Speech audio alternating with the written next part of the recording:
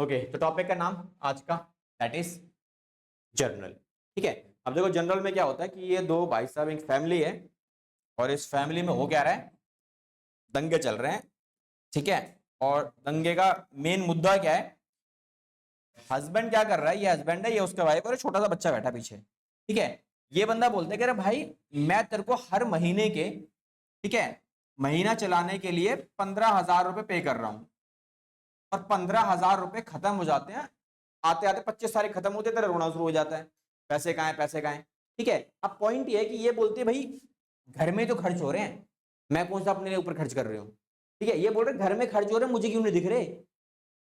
Simple सी बात है, क्योंकि इसको पैसे देने हैं, इसको पैसे इस्तेमाल कर रहे हैं। अब इसने बोला ठीक है, डाउट है, एक काम करते हैं अगले महीने से ना मैं आपको हिसाब किताब देना शुरू कर दूंगी। इसने बोला ठीक है भाई आ जाओ। हिसाब किताब देने का सीन कैसा हुआ, ये बढ़िया, इसने क्या किया, इसने डायरी मेंटेन कर ली। वाइफ ने क्या किया, उसने पहली डायरी मेंटेन करी, उसमें क्या रिकॉर्ड कर रही है वो, 1 तारीख को क्या क्या खर्चा किया, 2 तारीख के बाद 4 तारीख को क्या खर्च हुआ, किस तरीके से डेट वाइज डाटा बना लिया इसने, अप टू 30 अप्रैल तक का सारी इंफॉर्मेशन एक एक करके रिकॉर्डेड है। ठीक है, इसके अलावा इसने एक और डिटेल मेंटेन करी है, क्या चीज मेंटेन करा कि भाई पूरे महीने में दूध पे कितना खर्चा हुआ, पूरे महीने में राशन पे कितना खर्चा हुआ, एजुकेशन पे कितना खर्चा हुआ, मोबाइल रिचार्ज वगैरह, कुछ रिपेयर वगैरह कराना पड़ा होगा, कुछ क्लॉथिंग वगैरह, कुछ शॉपिंग वगैरह, इस तरीके से उसने क्या किया, आइटम वाइज डाटा रिकॉर्ड कर लिया। डन। तो इसने 2 बुकें बनाई, पहली बुक ये, दूसरी बुक ये। अब जो इसने काम किया यही सेम काम हमारे बिजनेस के अंदर भी होता है। ठीक है, तो बिजनेस के अंदर क्या होगा, घर के अंदर जो 2 बुकें बनाई गई, डायरी नंबर 1 और डायरी नंबर 2, वैसे ही जब हम बिजनेस की बात करते हैं तो बिजनेस के अंदर भी इस तरीके के 2 बुक्स ऑफ अकाउंट्स आपको देखने को मिलेंगे। पहली बुक का नाम होता है हमारा क्या, जर्नल, दूसरी बुक का नाम क्या होता है, लेजर। अब जब जनरल की बात करते हैं, जनरल में आपने देखा कि फर्स्ट डायरी में इसने क्या इंफॉर्मेशन दी थी, डेट वाइज, कि भाई जो भी मैं खर्चा कर रही हूं उसमें डेट वाइज इंफॉर्मेशन गिवन है कि 1 तारीख को कितना खर्चा हुआ, 2 को कितना खर्चा हुआ, 4 को कितना खर्चा हुआ, सब कहां रिकॉर्डेड है, डायरी नंबर 1, मतलब कहां रिकॉर्ड हुआ वो, जर्नल के पहली बुक ऑफ अकाउंट। सबसे पहले रिकॉर्डिंग कहां होगी, यहाँ पे जनरल के अंदर। ठीक है, तो जनरल आपको डाटा जो देती है वो डेट वाइज देती है, लेकिन अगर हम लेजर की बात करें तो लेजर इंफॉर्मेशन मिल रही है। लेजर में कौन सी इंफॉर्मेशन आपको मिल रही है, सेकंड बुक में, सेकंड जो बुक इसके पास पड़ी हुई थी, यहाँ पे आप ध्यान दो, ये देखो ये वाला, ये खर्चा, ये इंफॉर्मेशन किस चीज का है, कैसा खर्चा मिल रहा है आपको, ये कि पर्टिकुलरली एक टाइप ऑफ एक्सपेंस किस तरीके का है। तो ये आपको इंफॉर्मेशन किस चीज की दे रही है, सेकंड वाली बुक जो हमारे पास अवेलेबल है वो आपको दे रही है आइटम वाइज, कि भैया खर्चा जो किया गया है उस वो नेचर किस तरीके का है और उसके अकॉर्डिंगली मुझे डाटा देखने को मिल रहा है। तो ये कौन सा बुक देगा बिजनेस के अंदर, इसी को हमने क्या बोल दिया, लेजर बोल दिया, जो कि इंफॉर्मेशन देता है किस तरीके की, आइटम वाइज, लेजर के अंदर। तो हम आज के चैप्टर में क्या करने वाले, जनरल के अंदर। अब जनरल आपका टीएस ग्रेवाल के अकॉर्डिंगली अगर बात की जाए तो चैप्टर नंबर 8 अवेलेबल है, second chapter of your 11th class, जो पूरा का पूरा किस पर है, प्रैक्टिकल बेस ऊपर है। स्टार्टिंग से 1 से लेके 7 तक पूरा पार्ट थ्योरी है, except 1 chapter which is chapter number 5 accounting equation, accounts की मोहब्बत। पहला चैप्टर है जो प्रैक्टिकल आता है, प्रैक्टिकल करने में बड़ा मजा आता है। ठीक है, क्योंकि बाकी सारा थ्योरी है। तो 11th क्लास की जर्नी में या फिर कॉमर्स क्लास की जर्नी में सबसे पहला चैप्टर वही है जिससे बच्चों को प्यार रहता है। 12th क्लास वाले बच्चों से ही पूछ लेना कि सबसे बढ़िया चैप्टर कौन सा है 11th में आपका, दैट इज अकाउंटिंग इक्वेशन। हाँ भाई, हाँ बिल्कुल नहीं आता, रीजन बताता हूं उसको क्यों नहीं आता, आता है लेकिन लेजर क्वेश्चन अगर आएगा तो जनरल प्लस लेजर आएगा। ठीक है, कंबाइन क्वेश्चन बनता है, वो बनता है सीधा 12-15 मार्क्स के आसपास का। ठीक है, फिर जनरल का और लेजर का एक साथ क्वेश्चन बनेगा कंबाइन, अलग से सेपरेट क्वेश्चन बोले कि भाई केवल लेजर बनाओ, नहीं बनेगा, बन ही नहीं सकता, वो पॉसिबल ही नहीं है, बिकॉज बिना जनरल के आप लेजर तक जा ही नहीं सकते, पॉसिबल ही नहीं है ना। तो उसका क्वेश्चन नहीं बनेगा। जब भी लेजर क्वेश्चन एग्जाम में आता तो ये दोनों मिलकर एक साथ आएंगे, जब भी आएंगे तो। हाँ, इसका क्वेश्चन सेपरेटली आ सकता है, जो आता भी है मैक्सिमम टाइम देखोगे आप, बट इसका क्वेश्चन अगर एग्जाम में आता है तो वो इसके साथ मिलेगा, तो थोड़ा सा नंबर ज्यादा देखने को मिलेंगे। हाईएस्ट मार्क्स आपके पास कितने का है, 6 मार्कर या फिर 8 मार्कर मिलेगा मैक्सिमम क्वेश्चन तुम्हारे एग्जाम्स के अंदर। ठीक है, बट इसके साथ अगर आएगा तो वो उससे ऊपर निकल जाता है, बिकॉज 2 चैप्टर कंबाइन हो गए आपके इसीलिए। ठीक है, चलो अब आ जाओ अगले पार्ट के ऊपर। तो भैया देखो, ये हमारा एक बिजनेसमैन है, अंधा पैसा, डॉलर लेके बैठा हुआ है। ठीक है, अब इसके पास पैसा बहुत है, ये कहता है भैया मुझे बिजनेस स्टार्ट करना है। किसका बिजनेस स्टार्ट करना है इसे, ये कहता है मुझे ना चेयर वगैरह स्टार्ट करना है, फर्नीचर वगैरह मुझे मैन्युफैक्चरिंग करनी है और उसके लिए मुझे बिजनेस स्टार्ट करना है। अब जाहिर सी बात है, फर्नीचर बनाने के लिए अगर बिजनेस स्टार्ट करना चाहेगा तो क्या चाहिए इसको? रॉ मटेरियल चाहिए। तो ये मेरा क्या है? ये हो गया मेरा रॉ मटेरियल, साइड में रखा हुआ है, इसको हम इस्तेमाल करेंगे। अच्छा, इस रॉ मटेरियल को क्या करना पड़ेगा? पहले इसे खरीदना पड़ेगा। तो बिना खरीदे कैसे काट देगा?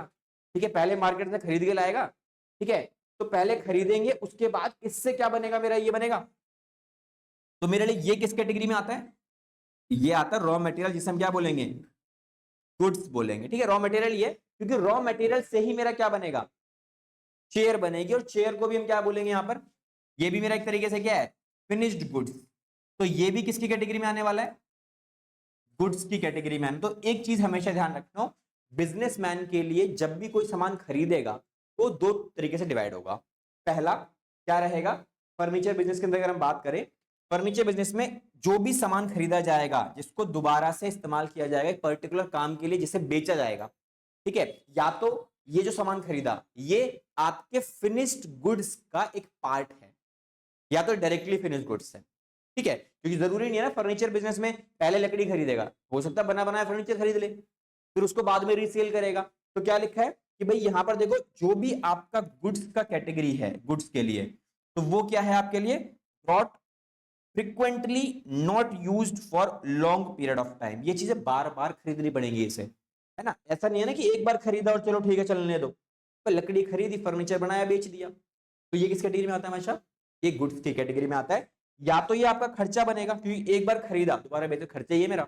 दूसरा, या तो ये क्या है?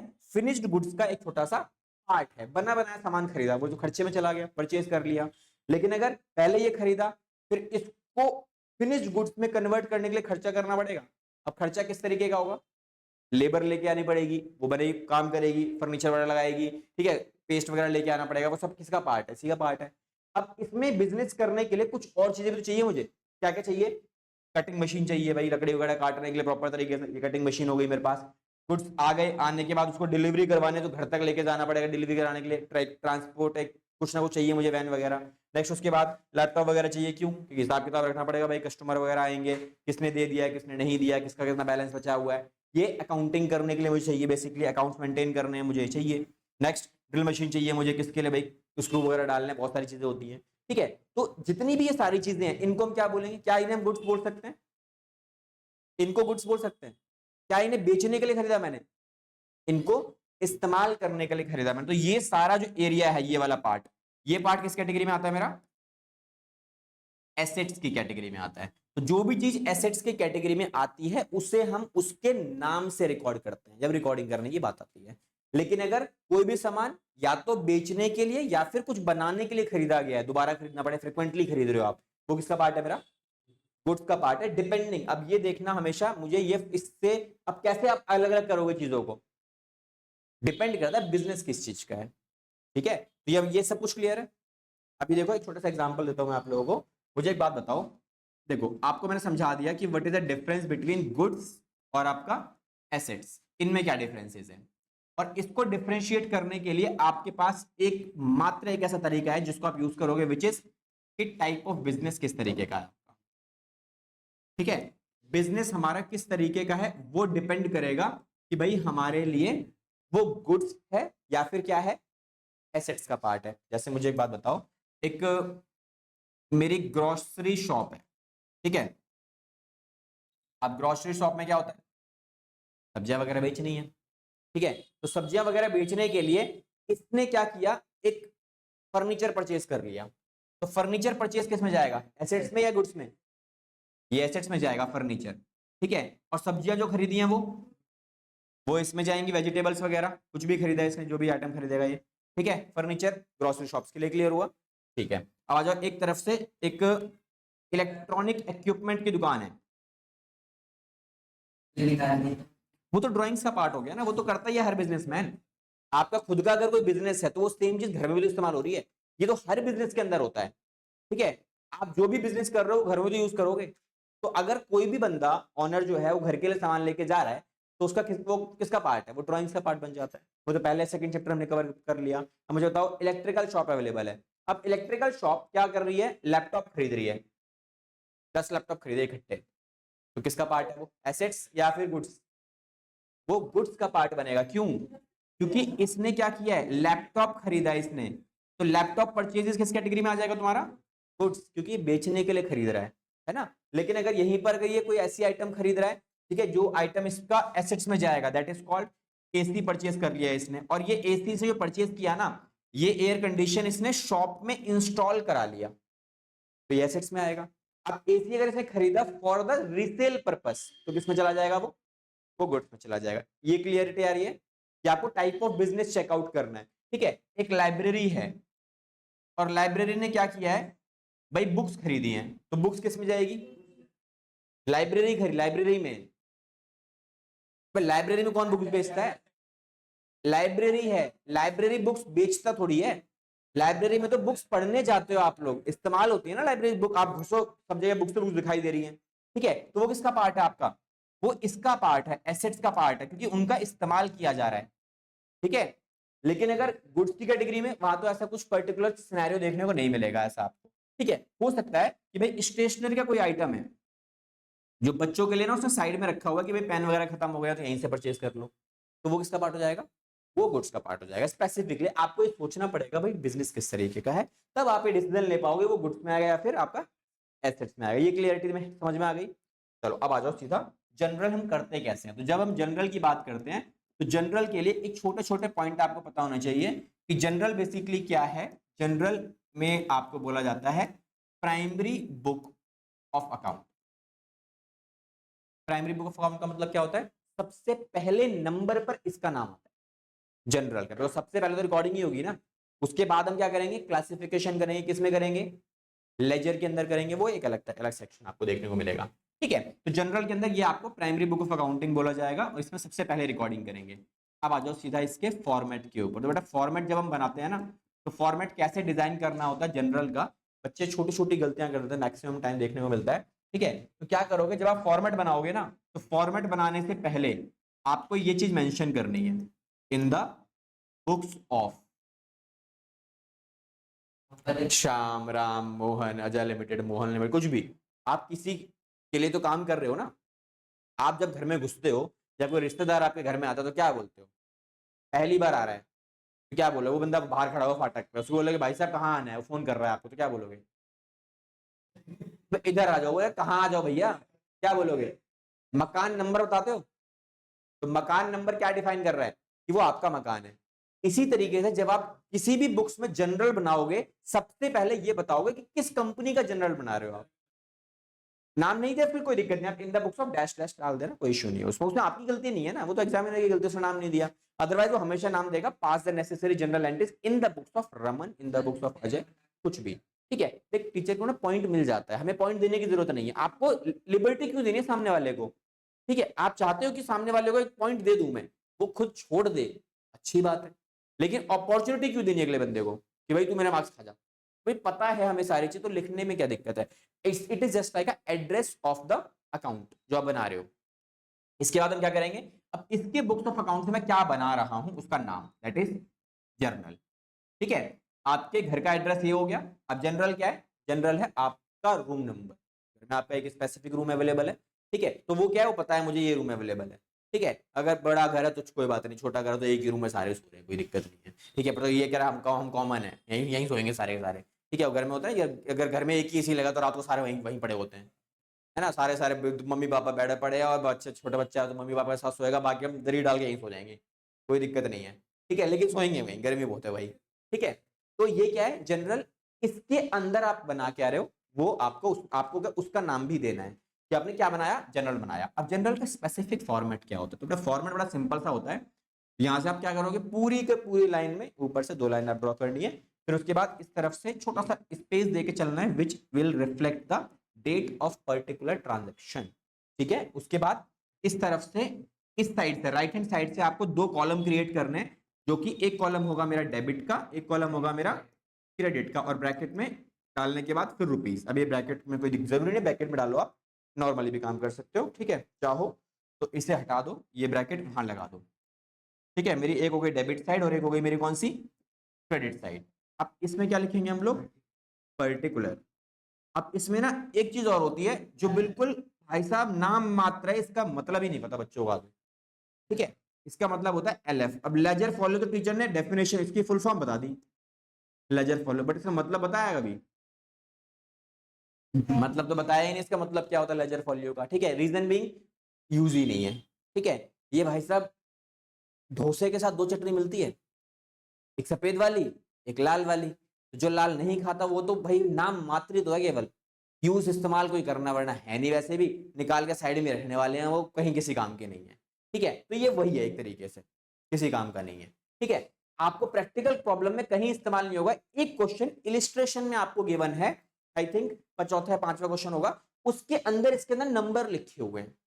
वो नंबर बेसिकली पता है क्या है, लेजर फॉलो का इस्तेमाल क्या है? लेजर फॉलो आपको रिकॉर्ड करके देगा पेज नंबर ऑफ लेजर, कि आप जब अकाउंटिंग कर रहे हो, तो मैंने अभी एग्जांपल आपको दिखाया था यहाँ पर कि जब अकाउंटिंग हो रही है तुम्हारे पास, तो यहाँ पे ना बुक्स ऑफ अकाउंट्स बनाई गई थी दो अलग अलग, तो दो अलग अलग बुक्स ऑफ अकाउंट्स उन्होंने बनाए थे। तो ये मेरा जनरल है और ये मेरा क्या है, लेजर। लेजर के अंदर मैं क्या बना रहा हूँ, लेजर के अंदर मैं बना रहा हूँ इसमें यूज होने वाले अकाउंट्स सारे के सारे आइटम वाइज। जैसे मैंने यहाँ पे जब रिकॉर्डिंग हो रही है, तो रिकॉर्डिंग करते टाइम ना एक पर्टिकुलर मेरा कस्टमर है राम, राम को मैं बार बार सामान बेच रहा हूँ, तो राम भाई साहब से मुझे मेरा बेसिक हिसाब किताब चल रहा है। अब राम भाई साहब का एक सिंगल एरिया जहां पर मैंने सारा डाटा राम से रिलेटेड लिखा हुआ है, वो कहां मिलेगा, इसमें मिलेगा, कहां मिलेगा, वो यहां मिलेगा। इसके अंदर मुझे एक अकाउंट मिलेगा, इसका नाम क्या है, राम अकाउंट। इसका मैंने स्पेसिफिकली एक एरिया रिकॉर्ड कर रखा है, ठीक है। आप शॉप पे जाते हो सामान खरीदने के लिए, आपने बोला पैसे नहीं है, तो क्या करता भाई साहब कोई दिक्कत नहीं है, ले जाओ सामान बाद में ले जाना, और जैसे आप निकलोगे दुकान से बाहर, वो क्या करेगा, अपनी किताब निकालेगा और आपका पेज नंबर, आपके नाम से ना एक पेज उसने बना रखा है स्पेसिफिकली, कि सारे कस्टमर्स का नाम लिखा हुआ पेज बना रखा है, और उस पेज के ऊपर आपका नाम लिख देगा, भाई ये बंदा आज की डेट में इतना सामान लेके आया, ठीक है। खाता खोलना सिंपल सी बात है, आप दुकान पे जाते हो ना, पापा मम्मी बोलते भाई बार बार सामान तुम्हारी दुकान से जा रहे, काम करो हमारा खाता खोल दो, डेली पैसे नहीं देंगे हम आपको, महीने के आखिरी में हिसाब कर देंगे एक साथ। तो क्या हुआ, बुक के अंदर आपके नाम का एक पेज स्पेसिफिकली बना हुआ है, उस पेज का नंबर होगा कोई ना कोई, वो नंबर आपको दिखाई देगा कहां पर, यहां LF के, ठीक है। जहां पे भी राम लिखा हुआ है, राम के आगे एक नंबर मिलेगा, page number 5। That means page number 5 ledger के अंदर आपको राम का अकाउंट दिखेगा। उसका काम इतना सही है। तुम्हारे लेवल में बात करूं, प्रैक्टिकली किसी काम का नहीं है, तुम नहीं बनाओगे कभी भी, चाहे तुम लेजर बनाओ, चाहे तुम जनरल बनाओ, चाहे आगे कुछ भी करो, तुम्हारे लेवल पर किसी काम का नहीं है। प्रैक्टिकली बात करें, हाँ प्रैक्टिकली इस्तेमाल होता है प्रॉपर तरीके से, हाँ जब हम करते हैं, क्योंकि मेरा अकाउंटेंट है ना, अब मेरा अकाउंटेंट मुझसे बोले कि भाई सर एक काम करो, मैंने अपने अकाउंटेंट से पूछा कि भाई मुझे ना एक काम करो, जुलाई के महीने में मैंने कितने रुपए का सामान खरीदा, परचेज, जब मैंने सामान खरीदा तो मैंने अपने जनरल के अंदर मैंने एक एंट्री डाली हुई है, क्या, परचेज अकाउंट डेबिट, यहां मैंने डाला 7,000 का मैंने सामान खरीदा, ठीक है, एक पर्टिकुलर डेट पर, जैसे यहाँ पे लिखो 2 जुलाई। तो इस तरीके से जुलाई में मैंने काफी सारे परचेजेस और भी किए होंगे, ठीक है। अब मैंने अपने अकाउंटेंट को बोला, मैंने बोला भाई एक काम कर, मेरे को ना जुलाई के महीने में टोटल कितना मैंने सामान खरीदा उसकी इंफॉर्मेशन बता। तो वो क्या चेक करेगा, जनरल, वो लेजर चेक करेगा। अगर वो जनरल चेक करने बैठा और मेरे को पता लग गया, तो मैं क्या बोलूंगा, मैंने बोला बेटा कल से मत आइयो। रीजन, उसको प्रॉपर प्रोसीजर ही नहीं पता ना, क्योंकि मेरे पास इतना टाइम थोड़ी है, मैं वो प्रॉपरली बैठा काउंटिंग करने में लगा पड़ा, 7,000 यहाँ खरीदा, फिर 5 तारीख को खरीदा, फिर 10 को खरीदा, फिर 12 को खरीदा, और सबको लेकर टोटल करने में लगा पड़ा है। ये जनरल में इंफॉर्मेशन डेट वाइज मिल रही है, लेकिन मुझे अगर पर्टिकुलर परचेज का डाटा चाहिए, वो कहां मिलेगा, वो लेजर में मिलेगा ना। तो लेजर अगर वो चेक कर रहा है क्या, कि जनरल में देखा उसने परचेज अकाउंट और यहाँ पेज नंबर लिखा हुआ है 12, और उसने क्या किया, सीधा लेजर में गया, पेज नंबर 12 पे गया, परचेज का अकाउंट बना हुआ है, और वहां से मुझे देख के उसने बता दिया कि फाइनली कि मैंने परचेज जुलाई के महीने में सर हमने टोटल 60,000 का माल परचेज किया है। क्या ये इंफॉर्मेशन चाहिए थी मुझे, और इस इंफॉर्मेशन को एक्सेस करने में कितना टाइम लगा, 5 second, 15 second, 10 second, 1 minute maximum, इतना टाइम लगेगा, उससे टाइम लगेगा ही नहीं। ये इंफॉर्मेशन एक अकाउंटेंट का काम है देना, क्लियर। अब ये बात आपने समझ लिया कि लेजर क्या होता है, जनरल क्या होता है, लेजर फॉलो कर, डिटेल्ड हमने सब कुछ कंप्लीट कर लिया। पॉइंट क्या था, हमें क्रिएट कैसे करेंगे, ठीक है। ये क्रिएट करने का एक प्रॉपर तरीका है, और इसको क्रिएट करने का बेसिक प्रिंसिपल्स जो मैंने आपको दिखाए थे, मॉडर्न अप्रोच सिखाई थी 6th चैप्टर के अंदर, मॉडर्न रूल ऑफ अकाउंटिंग सिखाए थे, ठीक है। हाँ क्लियर सिखाया था मैंने आपको, क्या सिखाया था, क्लियर। तो जिसको नहीं आता है एक बार थोड़ा सा रिकॉल करवा लेते हैं बस, उसके बाद हम सीधा जनरल के प्रैक्टिकल क्वेश्चंस के ऊपर मूव ऑन करेंगे। क्या होता है, इन सभी का डिफॉल्ट बैलेंस होता है। डिफॉल्ट बैलेंस क्या होता है, इसका क्रेडिट, इसका क्रेडिट, इसका डेबिट, इसका डेबिट और इसका क्रेडिट। ठीक है, तो अगर इनकी वैल्यू या तो देखो बढ़ती हुई दिखाई देगी, है ना, इंक्रीज, आपको इंक्रीज करते हुए दिखाई देगा, पॉजिटिव आएगा, या तो क्या आएगा इनका बैलेंस नेगेटिव आएगा। और तो पॉसिबिलिटी होती नहीं ना, या तो ये वैल्यूज बढ़ेंगी या तो ये वैल्यूज डिक्रीज देखने को मिलेंगी, और तो कुछ होगा नहीं। तो मुझे बताओ कैपिटल अगर बढ़ेगा तो कहां जाएगा, कैपिटल बढ़ेगा, मैथमेटिक्स का रूल लगता है सिंपल, बढ़ाना है तो सेम साइड, घटाना है तो अपोजिट साइड पे। दैट मींस इसको बढ़ाना है तो कहां डालोगे, क्रेडिट, इसको बढ़ाना है तो कहां डालेंगे, क्रेडिट, इन दोनों को बढ़ाना है तो कहां डालेंगे, डेबिट, इसको भी डेबिट, इसको क्रेडिट। लेकिन अगर इन सारी वैल्यूज को कम करना है तो कहां डालेंगे वैल्यू, इनके अपोजिट साइड पे। That means debit, debit, credit और क्रेडिट, और यहां पर क्लियर। ये मैंने ऑलरेडी पहले भी समझाया था, ठीक है, मॉडर्न अप्रोच के अंदर। जो मैंने आपको बोला था प्रॉपरली याद करना पड़ेगा आपको, ये अकाउंटिंग के प्रिंसिपल्स हैं, बेसिक चीजें हैं सारे के सारे। बिकॉज ये याद नहीं करोगे तो आपका लेजर क्या, कुछ भी जनरल क्या कुछ भी नहीं होने वाला आगे जाके, क्योंकि बेसिक्स का पार्ट है ये आपका। ठीक है, ये इंपॉर्टेंट चीजें हैं जो आपको फ्यूचर में याद रखनी पड़ेंगी बस। बाकी ऐसा कुछ प्रॉब्लम देखने को नहीं मिलेगा, बाकी सारी चीज आराम से कर लेंगे, कैसे करेंगे अभी देख लेंगे। ठीक है, तो ये सारा क्लियर है यहां तक, ठीक है। ये रूल्स एंड रेगुलेशंस आपको प्रॉपर्ली फॉलो करने हैं। इसके अलावा एक छोटी सी ट्रिक है, दैट इज जब कभी भी आपको किसी भी ट्रांजैक्शन में आपको कोई नाम मिला, नेम होता ही है ना, और आपको ये महसूस हो रहा है कि भाई इस नाम को मुझे लिखना पड़ेगा, मुझे इसे रिकॉल फ्यूचर में रिकॉल करना पड़ेगा। और रिकॉल कब करोगे आप किसी भी ट्रांजैक्शन के अंदर, आपको किसी पर्टिकुलर पार्टी का नाम लिखने की जरूरत कब पड़ेगी, जब एग्जैक्टली जब उससे खरीदा या बेचा उधार में है, तभी नाम लिखोगे ना। आप खुद सोच के देखो, यू आर अ बिजनेसमैन और आप दुकान चलाते हो, कोई कस्टमर आया दुकान पे, सामान खरीदा, पैसे दे गया, तो आप क्या उसका नाम लिखोगे, नहीं लिखोगे। क्या आपको क्या मतलब, क्या क्या नाम था। लेकिन अगर वो बंदा दुकान पे आया, पैसे नहीं दिए और बोलता मुझे उधार सामान चाहिए, तो क्या बोले, क्या पूछेगा वो, क्या पूछोगे, भैया किसके बच्चे हो, सिंपल सी बात आपसे पूछेगा ना। आप, क्योंकि आपकी कोई अभी पहचान नहीं है, क्योंकि आपकी वैल्यू आपके पेरेंट्स से बनी हुई है। ठीक है, एक टाइम आएगा जब आपके नाम से आपके पेरेंट्स की वैल्यू होगी कि भाई फलाने का बच्चा है, टॉप किया बंदे ने, उनका बच्चा है, इसीलिए तो आपका नाम उनका नाम ऊंचा करेगा। लेकिन अभी क्या है, अभी आपने ऐसा कुछ फाड़ा ही नहीं है अभी तक, ठीक है, जो तुम्हारे पेरेंट्स का नाम हो, इसीलिए तुम्हें तुम्हारे पेरेंट्स के नाम से जाना जाता है। तो आपका नाम नहीं पूछेंगे, किसका नाम पूछेंगे, पेरेंट्स का नाम पूछेंगे। भैया उनका नाम हम लिख लेते हैं, ब्रैकेट में आपका नाम लिख दिया जाएगा, हाँ भाई बेटा आपका नाम भी बता दो। तो नाम लिखने की जरूरत कब पड़ी, जब आपने सामान उधार में खरीदा या उधार में सामान बेचा, तभी लिखोगे ना। जब कभी भी नेम मिलेगा तो यहां मत ढूंढना, क्योंकि यहां नाम तो आ ही नहीं रहा कहीं पे। तो क्या सर्च करोगे आप, कि जो नाम है ना, या तो नाम के साथ क्या होगा, या तो वो बंदा आपको कुछ देगा, ठीक है, या तो वो रिसीवर बनेगा, या तो क्या बनेगा, गिवर बनेगा। रिसीवर या गिवर दो चीज हो सकती हैं, क्योंकि या तो वो सामान लेके जाएगा या तो कुछ देके जाएगा, और तो कुछ पॉसिबल है नहीं मेरे पास। तो या तो वो रिसीव करेगा, if he is a receiver तो हम क्या करेंगे उसे, और गिवर होगा तो क्या करेंगे उसे, क्रेडिट। ये क्लियर है। देखो रिसीवर का मतलब हो गया, आपने सामान बेचा तो वो रिसीवर हो गया ना, आपने सामान खरीदा तो वो क्या हो गया, वो गिवर हो गया। सिंपल, उसके अकॉर्डिंग आप रूल लगा देना, हो गया हमारा काम। अब गुड्स के बारे में बात करते हैं। जब गुड्स की बात आएगी तो गुड्स तो हमने समझा दिया मैंने आपको, कब गुड्स लिखना है और कब एसेट्स लिखना है ना। तो जब भी कभी गुड्स खरीद रहे हो आप, गुड्स का क्या होगा, या तो आप गुड्स खरीदोगे या तो गुड्स बेचोगे। देखो गुड्स इन कब होगा और आउट कब होगा, इन कब होगा, जब आप रिसीव करोगे, है ना, तो उस केस में आप क्या करोगे, उसे परचेज अकाउंट में रिकॉर्ड करोगे। आप स्टॉक मत लिखना, स्टॉक लिखोगे तो गलत है वो, क्योंकि अकाउंटेंट को ये लिखना पड़ता है मैंने पूरे साल में कितना सामान खरीदा। और जब आउट होगा तो क्या होगा, कितना सामान हमने उसे बेचा, तो उससे आप किस अकाउंट से रिकॉर्ड करोगे, सेल्स अकाउंट से। ठीक है, तो ये किस नाम से रिकॉर्ड करोगे अब अब देखो सेल्स अकाउंट कहां जाएगा, परचेज अकाउंट कहां जाएगा। ठीक है, तो परचेज अकाउंट हमेशा कहां रिकॉर्ड होता है, डेबिट साइड पे, और ये कहां रिकॉर्ड होता है, हमेशा क्रेडिट साइड पे, ठीक है। अब इसका बड़ा सिंपल सा फंडा है, ऐसा कुछ नहीं कि मैक्सिमम बच्चों को ना बड़ी प्रॉब्लम होती है कि अरे परचेज और सेल कहाँ रिकॉर्ड होता है, कैसे रिकॉर्ड होता है। तो छोटी चीज याद रखना, पी का मतलब क्या होता है, पी का मतलब होता है परचेज, और पी का मतलब क्या होता है, प्लेन।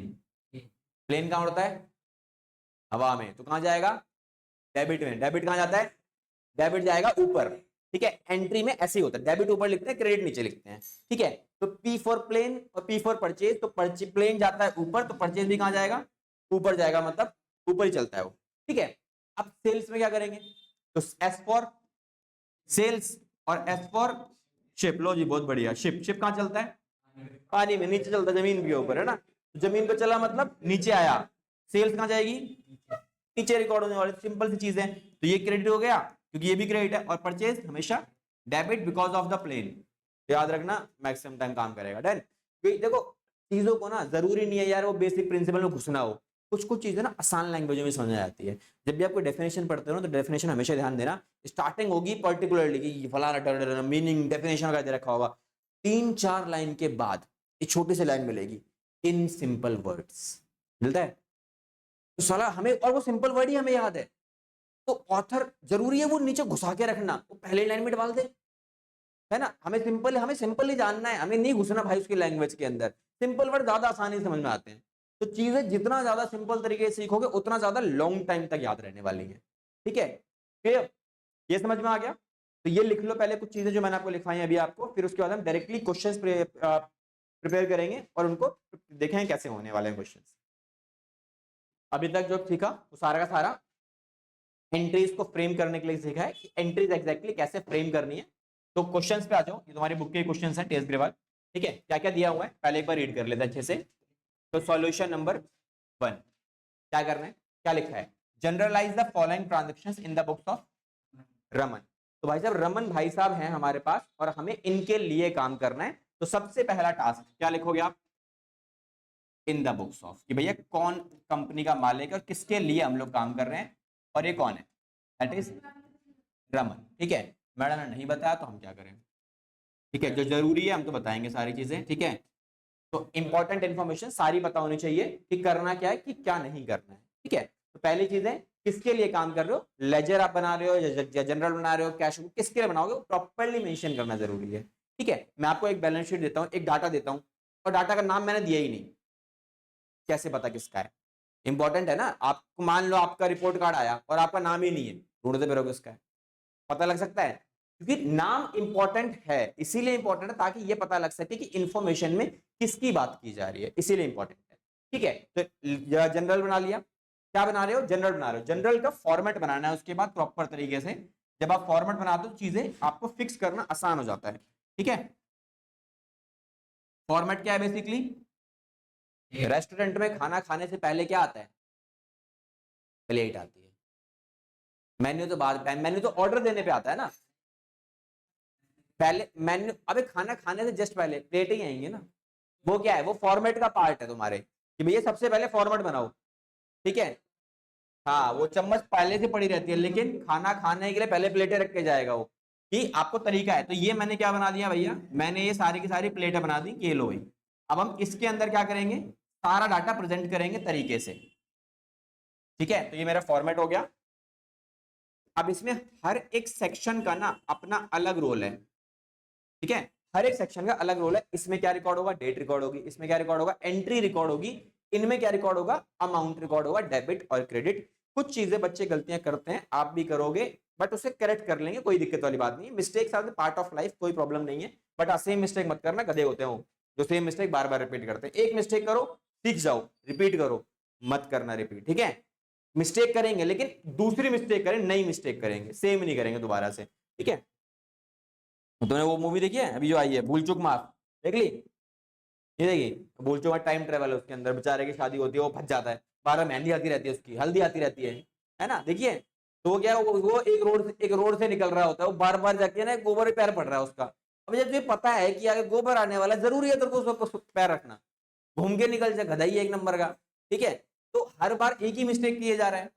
डन। अब देखो एंट्री कैसे पास करना है, तो एंट्री पास करने का बड़ा सिंपल सा तरीका है। सबसे पहला काम क्या करोगे आप, क्वेश्चन रीड करना, पूरा क्वेश्चन रीड करने की जरूरत नहीं है। अकाउंट्स में सबसे अच्छी बात यही है, कहाँ पूरा रीड करना है, कहाँ कम रीड करना है, वो हम अकॉर्डिंगली चलते रहेंगे।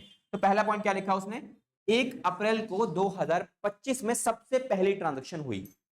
तो सबसे पहले डेट वाले कॉलम में आप क्या मेंशन करोगे, 2025 ईयर, फिर उसके बाद डेट लिखेंगे यहाँ पे 1 अप्रैल। अब आप 1 अप्रैल ऐसे लिखो या 1.4 लिखो तो भी काम चलेगा, कोई दिक्कत। डेट में ऐसा कुछ स्पेसिफिक सीबीएसई कहीं नहीं बोलता कि आपको डेट ऐसे लिखनी है, या फिर 1/4 भी लिखनी है तो भी आपको काम चला सकते हो। तो कुछ बच्चे इस तरीके से भी बनाते हैं, तो एक टीचर भी कुछ नहीं बोलेगा, 1/4 डाल देना, कोई दिक्कत नहीं है। टाइम बचाना है भाई हमारा मेन काम, मेन मुद्दा क्या है, टाइम बचाओ। टाइम कैसे बचेगा, अप्रैल लिखने में 3 लेटर लगे, 4 लिखने में फटाफट 4 लिख जाता है, जल्दी करो, ठीक है।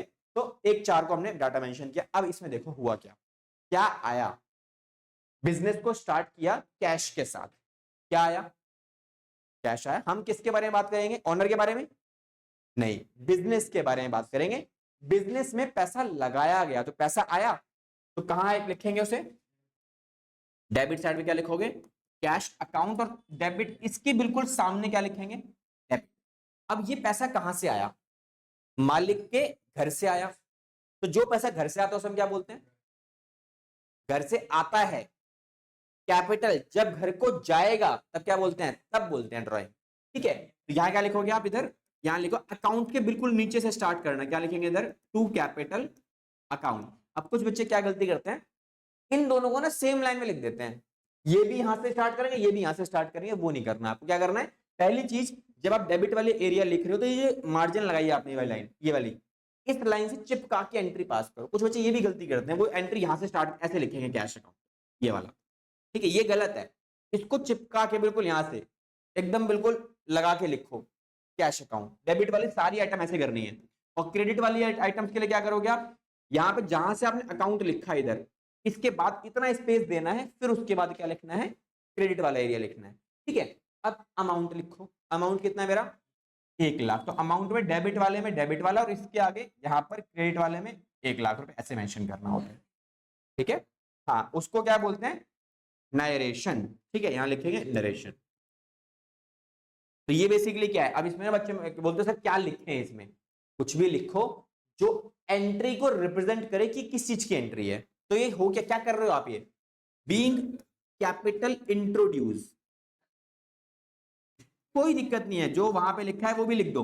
Being started business with cash, वो भी लिख देना, लेकिन कभी कभी ना वो लैंग्वेज बहुत बड़ी होती है, पूरी थोड़ी लिखोगे, शॉर्ट फॉर्म में लिखो। जैसे इस वाले पार्ट में क्या लिखा है, goods purchased from Pankaj on credit, पूरा लिखोगे, सिंपल लिखो ना, being purchase goods purchased on credit, Pankaj का नाम तो एंट्री में भी आ जाएगा, ठीक है। इतना करने के बाद एक छोटा सा काम और करना, यहां पे लाइन डाल देना, ठीक है, सेपरेशन।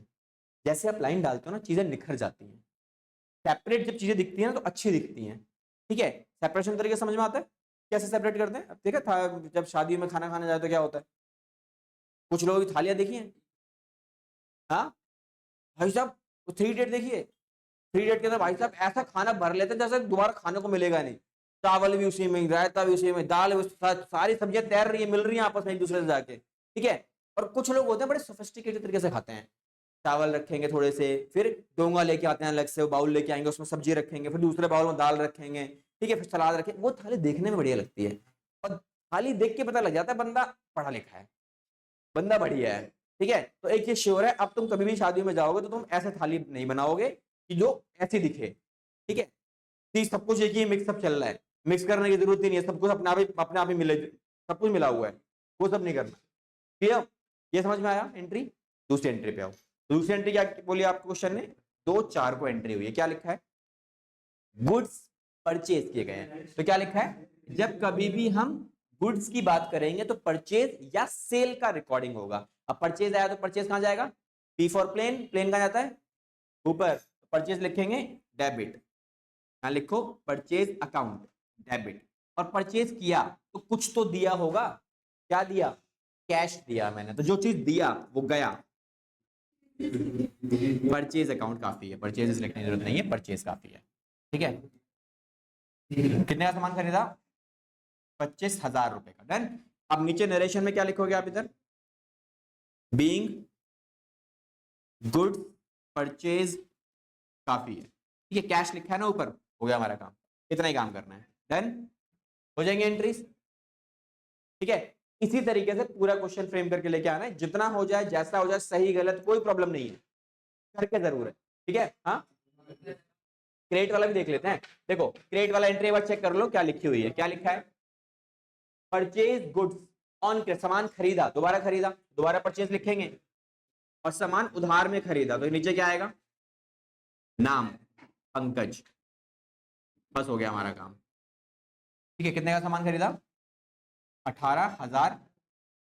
नरेशन में क्या लिखोगे, being good purchased on credit, काफी है, उधार में सामान खरीदा, और पंकज का नाम जो है ऊपर दिखाई दे ही रहा है, हमारा क्या था। ठीक है, बाकी एंट्री घर से करके लेके आनी है, नेक्स्ट क्लास में जो डाउट्स वगैरह होंगे वो निकाल लेंगे। ठीक है।